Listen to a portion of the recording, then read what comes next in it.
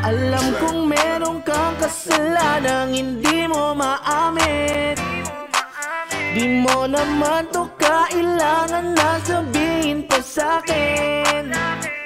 Ba't di ka lumapit sa kanya at manalangin?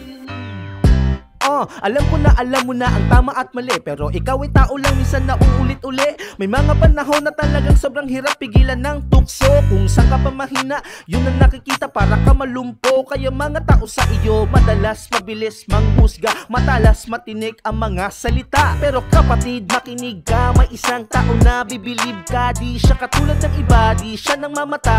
Lahat ng mga kwento mo'y kanyang pakikinggan.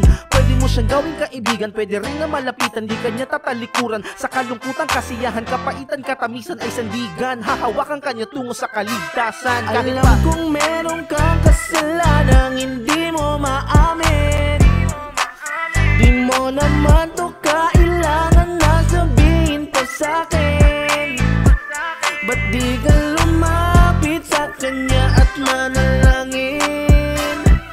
Sabi ko naman sa'yo, di ka nag-iisa. Kung ikaw ay balisa, kausapin mo siya. Di ka lang niya papakinggan, yayakapin ka pa.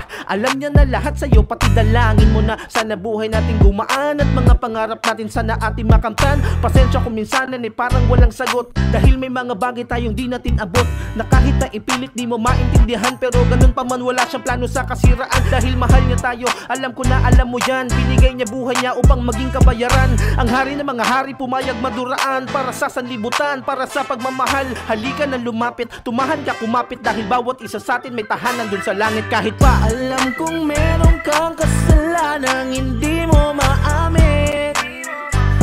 Di mo naman to